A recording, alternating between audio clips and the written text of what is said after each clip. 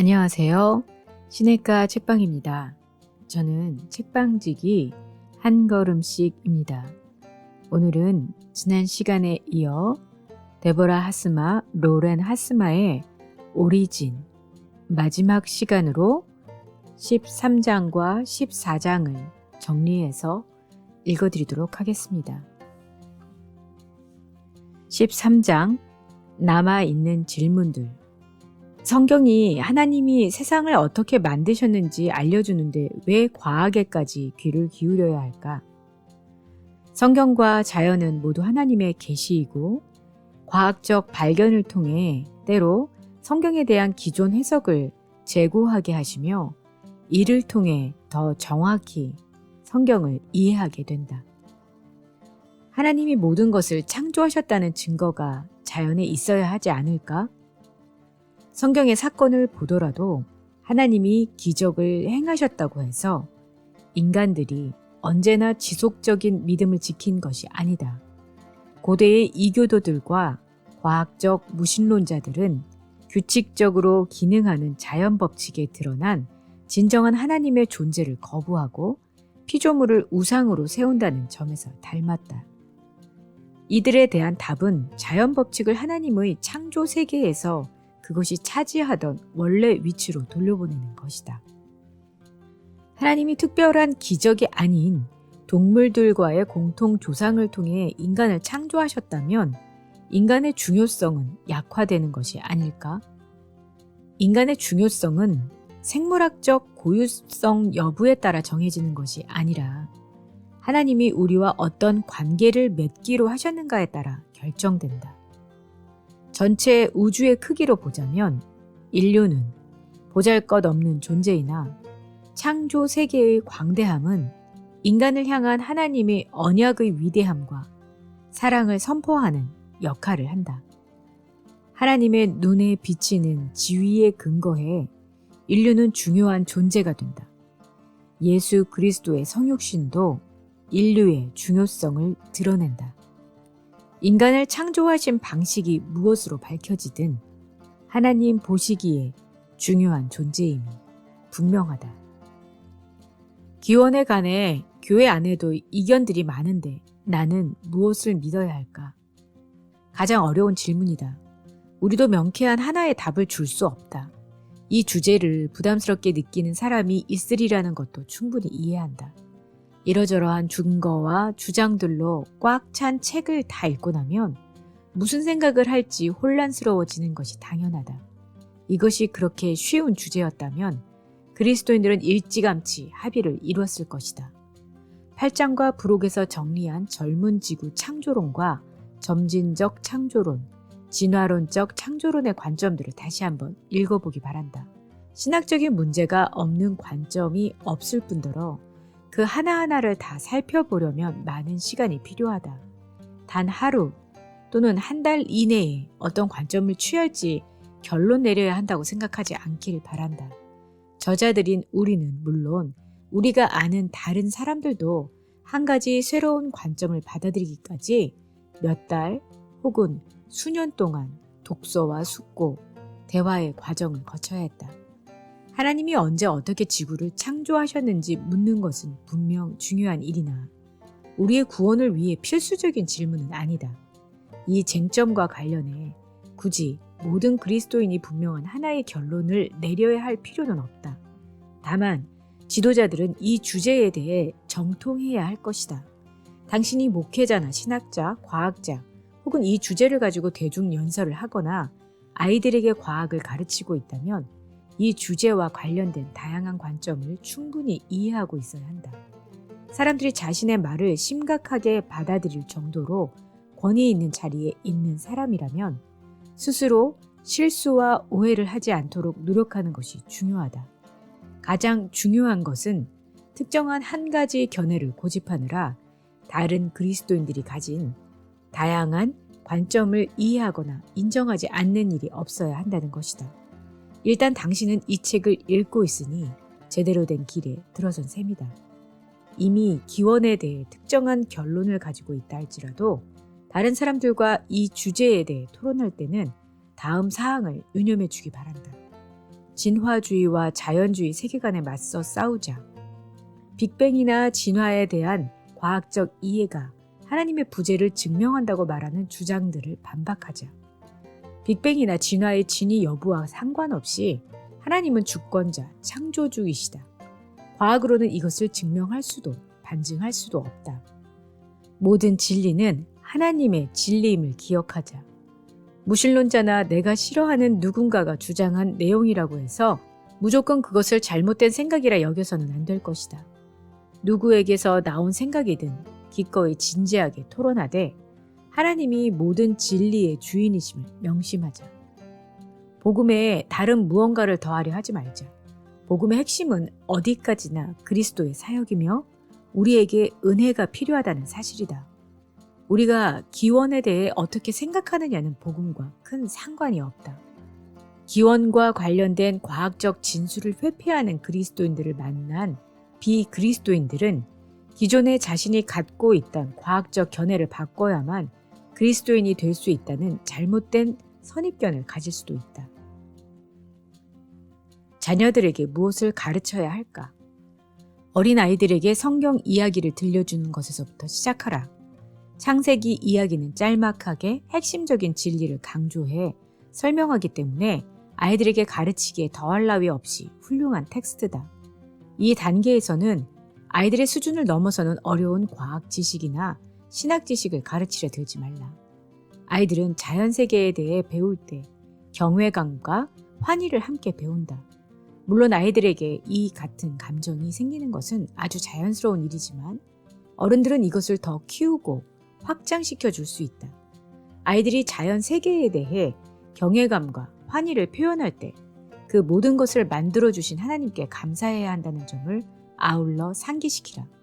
아이들이 하나님이 공룡을 만들었어요? 라고 물어온다면 여러 가지 세세한 과정을 이야기하는 대신 그저 단순하고 솔직하게 그렇단다 라고 답하라. 하나님이 만물을 창조하셨고 그 하나님이 우리에게 그 세계를 연구해 그 운용 원리를 알 수 있게 하셨다는 점을 성경이 시사한다는 것도 아이들에게 이야기해 줄 수 있겠다. 이 아이들이 초등학생이 되면 구약 성경 이야기를 배우기 시작하면서 이스라엘 주변 국가들의 우상 숭배에 대해 알게 된다.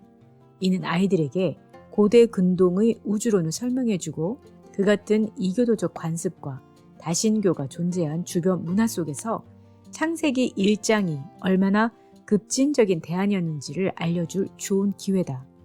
중학생과 고등학생은 학교에서 진화 과학을 배우기 시작한다. 발육, 발달 과정상 이들은 초등학생에 비해 모든 질문에 대해 꼭 양자택일의 답만 있는 게 아니라는 사실을 더 잘 이해한다. 이때가 기원에 대한 다양한 관점을 소개하면서 그리스도인들이 동의하는 부분과 이견이 존재하는 주제들을 설명해 주기에 적절한 시점이다. 중요한 것은 이 청소년들에게 기원에 관한 다양한 기독교적 관점들을 전체적으로 알려줘야 한다는 사실이다. 한 가지 특정한 관점만을 옳다 가르친다면 그 학생은 그 관점을 받아들이지 않으면 기독교 전체를 부인하는 것이라고 이해할 것이다. 그렇게 되면 그 아이는 기원에 대한 생각을 바꾸면 기독교 신앙 자체를 잃을 거라고 느껴서 이후 인생에서 크나큰 신앙의 위기를 맞을 수도 있다. 설사 가르치는 선생이나 배우는 학생들이 한 가지 특정 관점을 최선으로 느낀다 할지라도 그 외에도 다른 기독교적 관점이 있다는 사실을 확실히 알려주고 그 대안들에 대해서도 충분히 논의해야 한다.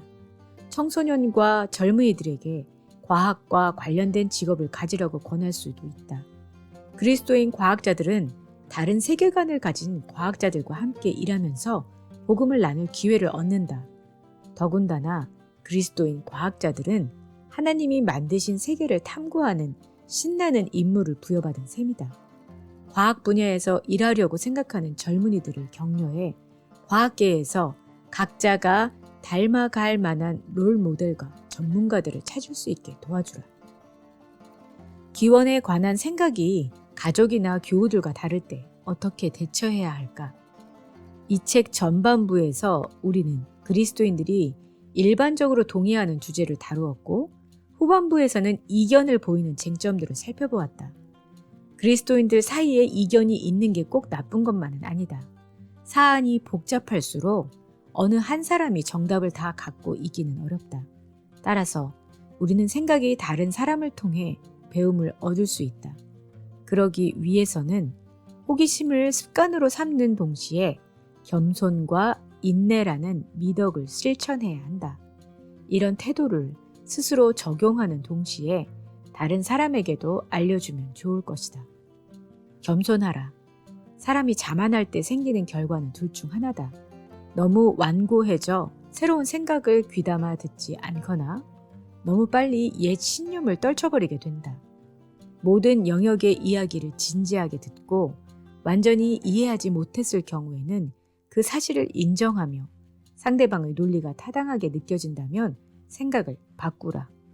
또한 논의에 참여한 그리스도인이 어떤 관점을 가졌든지 그들의 지식과 동기와 헌신된 신앙을 존중하고 인정하라. 판단할 때는 충분한 시간을 두고 천천히 판단하고 자연과 성경이라는 하나님이 쓰신 두 권의 책에 대한 그들의 이해가 자라날 시간적 여유를 주라. 지식이 부족해 특정 견해를 고집하는 사람이나 신앙이 부족해 마음을 바꾸는 사람들을 비난해서는 안 된다. 그리스도 안에서의 일치를 도모하라. 무엇이 우리를 그리스도인으로서 하나 되게 만드는지 기억하고 모든 그리스도인이 동의하는 신앙의 핵심을 소중히 여기라. 책 후반부에서 우리는 주로 그리스도인들 사이에 이견이 있는 주제들을 중점적으로 살펴보았으나 책의 마지막은 모든 그리스도인이 공통적으로 동의하는 내용들을 되짚어보는 것으로 장식하고 싶다. 모든 쟁점에 대해 옳은 관점을 가지는 것보다 중요한 것이 있으니 바로 교회가 일치를 이루는 가운데 생활하고 일하며 예배하는 것이다. 그리스도 안에 있는 형제 자매들이 몇 가지 사안에 대해서는 나와 다른 의견을 가질 수 있지만 그들과 내가 모든 것을 다 다르게 생각하는 것은 아니다. 무엇보다 우리 모두는 가장 중요한 다음 내용에 공통적으로 동의한다. 하나님이 우주를 창조하셨고 지금도 지키신다. 자연 세계는 하나님의 권능과 창조성과 신실함을 증거한다. 우주 안에 있는 모든 것은 하나님의 피조물로서 하나님의 통제 하에 있다. 그중 스스로 신령한 능력을 갖고 있는 것은 없다. 하나님은 인간을 창조하신 후 자신의 형상을 닮은 자이자 이 세상을 돌보는 자라는 특별한 사명을 맡기셨다. 과학과 기독교는 서로 갈등 관계에 있지 않다. 오히려 하나님의 창조 세계를 과학적으로 연구하는 것은 창조 세계를 즐겁게 탐구하고 세상을 돌보는 자로서의 임무를 수행하는 하나의 수단이다. 또한 우리는 모두 개별적으로 그리고 집단적으로 죄인이다. 우리는 하나님을 배신했으며 서로에 대해, 자신에 대해, 그리고 세상에 대해 상처를 입혔다. 그러나 하나님은 은총과 사랑의 하나님이시기에 우리에게 필요한 가장 좋은 소식을 들려주셨다. 그 소식이란 바로 우리의 창조자이신 그분이 동시에 우리의 구원자이시라는 복음이다. 이 책에서 논의한 기원이라는 쟁점 외에도 과학과 기독교가 서로 부딪히는 문제는 얼마든지 더 있다.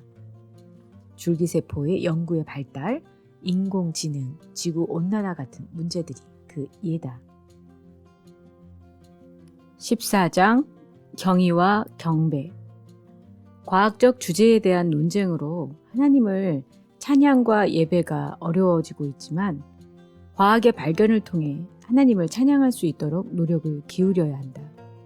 과학에 대한 그리스도인 간의 대화의 균형은 예배를 통해 바로잡힐 수 있다. 자연과 성경이라는 두 계시가 어떻게 상호작용하는지 보아야 한다.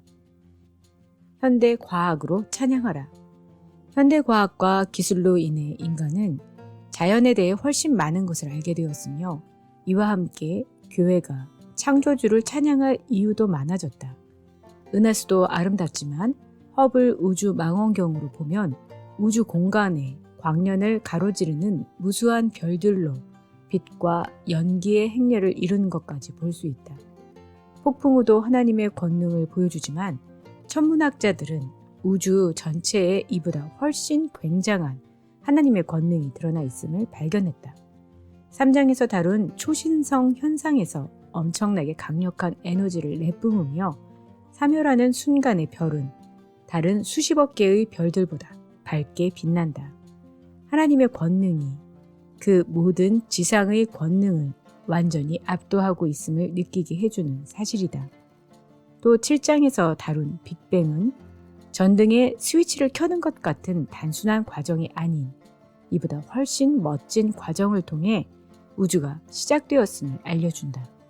하나님은 우주 공간 자체를 폭발시키는 엄청난 사건을 통해 지금 남아있는 우주의 빛을 다 모은 것보다 훨씬 강력한 빛을 창조하셔서 태초의 시공간과 물질과 에너지로 삼으셨던 것이다. 이 우주의 광대함은 우리를 향한 하나님의 사랑이 얼마나 큰지를 보여준다. 그러나 때때로 그리스도인들은 과학이 이해하지 못한 것들을 가지고 하나님을 찬양하는 일에 더 열을 올리기도 한다. 2장에서 틈새의 신과 관련된 주장에 대해 우리가 경고한 내용을 떠올려보라. 이 현상은 과학적으로 설명이 불가능할 정도로 놀라운 것이기 때문에 하나님이 만드신 것이 분명해 라는 식의 말은 매혹적으로 들린다. 물론 하나님이 과학으로 설명할 수 없는 것들을 만드셨음은 부인할 수 없는 사실이나 우리가 그 사실에만 집중할 경우 한 가지 문제가 생긴다. 과학이 발전하여 이전에는 설명할 수 없었던 것을 설명하면 어떻게 한단 말인가? 더 이상 하나님을 찬양할 수 없게 되는 것일까? 따라서 더 나은 접근법은 위에서 설명한 폭풍우나 은하수 같이 과학이 설명할 수 있는 모든 놀랍고 경이로운 자연현상에 대해서도 똑같이 하나님을 찬양하는 것이다.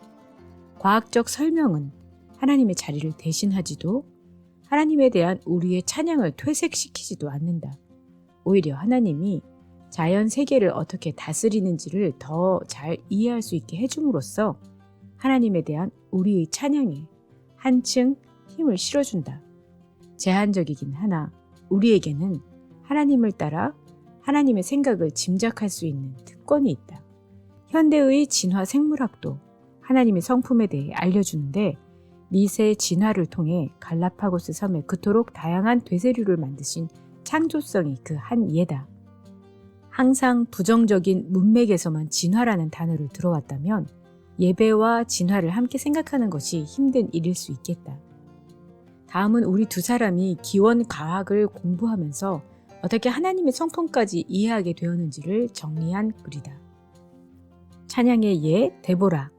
진화와 오랜 기간의 창조 과정을 과학적으로 알게 되면서 단편적인 피조물을 보며 찬양하는 것을 넘어 하나님의 설계이신 진화의 메커니즘 속에 각 피조물이 처한 환경에서 적절히 번성하도록 해주는 체계를 알게 되었다. 결국 하나님에 대한 예배는 언제, 어떻게 세상을 창조하셨는지가 아니라 누가, 왜 창조하셨는지에 근거해야 하는 것이다.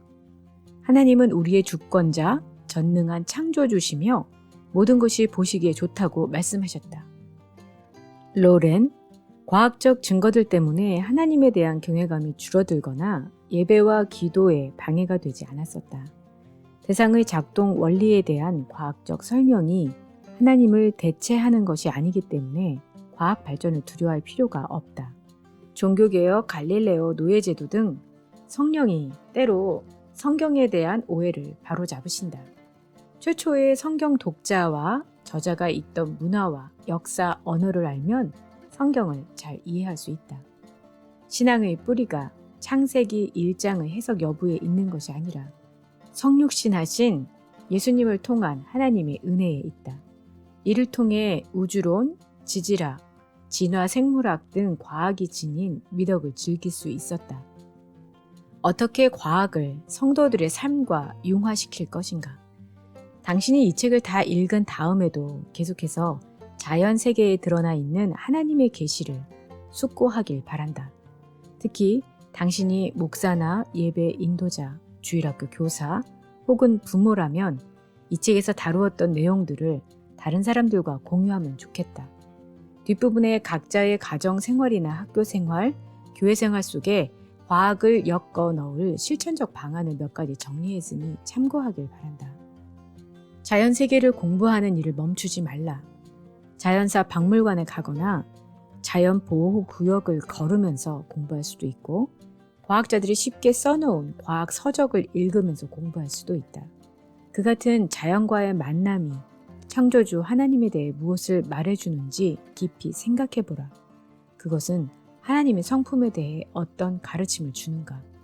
그 자연 경관과 연결되는 성경 주제나 구절은 없는가? 뇌의 복잡한 신경망에 대한 글을 읽고 그 정보를 요한복음 15장의 포도나무와 가지 비유와 연결지어 설교한 목사도 있다. 이렇게 자연 세계를 통해 깨달은 하나님의 모습을 다른 사람들과 나누기 바란다. 다양한 방식으로 자연과 과학을 이용해 예배를 풍성하게 만들 수도 있다. 그중 몇 가지를 소개한다. 자연과 관련된 전례와 성경 봉도, 기도문을 사용하라. 어떤 대표 기도자는 스테인드 글라스의 아름다움에서부터 신도들의 몸 안에 있는 비장이 건강한 것에 이르기까지 예배당 안에 있는 모든 것에 대해 하나님께 감사하는 기도를 드리기도 했다. 주 하나님이 지으신 세계처럼 예전부터 사랑받아온 찬송가와 주님의 경이로움이 이 은하계를 넘어처럼 현대 과학적인 내용이 들어간 최근의 기독교 노래들을 예배 시간에 같이 불러보자. 자연 세계의 아름다움에 대한 영감을 불러일으키는 현수막을 만들어 예배당에 붙여두거나 예배 중에 상영되는 스크린에 자연 사진들을 띄워놓자. 어떤 교회는 여름이 끝날 즈음에 교인들로부터 창조 세계를 찍은 사진들을 모아 시편을 본문으로 한 주제 설교 시간에 활용했다고 한다. 아름다운 풍경 사진 말고도 세세한 세포의 모습이나 망원경으로 관찰한 성운처럼 현대 과학을 통해 얻을 수 있는 이미지들도 좋겠다. 많은 설교자가 현대 영화나 책, 최근에 일어난 여러 사건을 가지고 설교를 한다. 과학적인 주제를 가지고도 얼마든지 이렇게 설교할 수 있다. 과학이 긍정적이고 흥미로우며 우리의 믿음을 강하게 만들어줄 수도 있다는 태도를 강대상에서부터 받아들여야 한다. 이같이 실생활과 연결된 말씀이 강대상에서 선포된다면 특히 젊은 사람들이 이에 감사하면서 과학이 그들의 신앙을 위협할 것이라는 두려움에서 벗어날 수 있을 것이다. 예배가 아닌 다른 영역에서도 과학과 가까워지게 하는 좋은 방법들을 찾을 수 있다. 주일학교와 소그룹 모임을 위한 활동들을 제안한 1장과 13장의 내용을 참고하라. 청소년들의 활동이나 기타 교회 행사를 계획할 때도 과학을 떠올리기 바란다. 예를 들어 가을 오후 예배 후에 그 지역의 천문학자를 초대해 망원경을 설치해 별을 관찰하면서 시편 19편을 큰 소리로 읽는 것은 어떨까? 또는 교회 야유회를 가까운 자연보존센터나 큰 공원에서 개최하여 성도들로 하여금 자연 관찰 산책을 하고 모임 끝에 찬양을 부르게 하는 것도 좋을 것이다.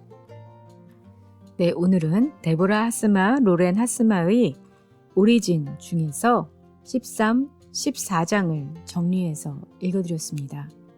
여러분 어떠셨나요? 다소 딱딱한 주제인 과학, 또 특히 진화와 창조에 관련된 많은 내용들이 있었었는데요. 어떤 것들은 쉽게 이해가 되기도 하지만 어떤 것들은 전혀 이해가 되지도 않기도 하고 어떤 것들은 받아들여지기 힘든 여러 가지 것들도 있었습니다. 하지만 이런 다양한 의견들이 존재하고 있다는 것에 대해서 감사하게 되었고 과학이 하나님을 배척하는 것이 아니라 하나님을 더 크게 이해할 수 있는 하나의 방편이라는 것이 저에게도 도움이 되는 시간들이었습니다.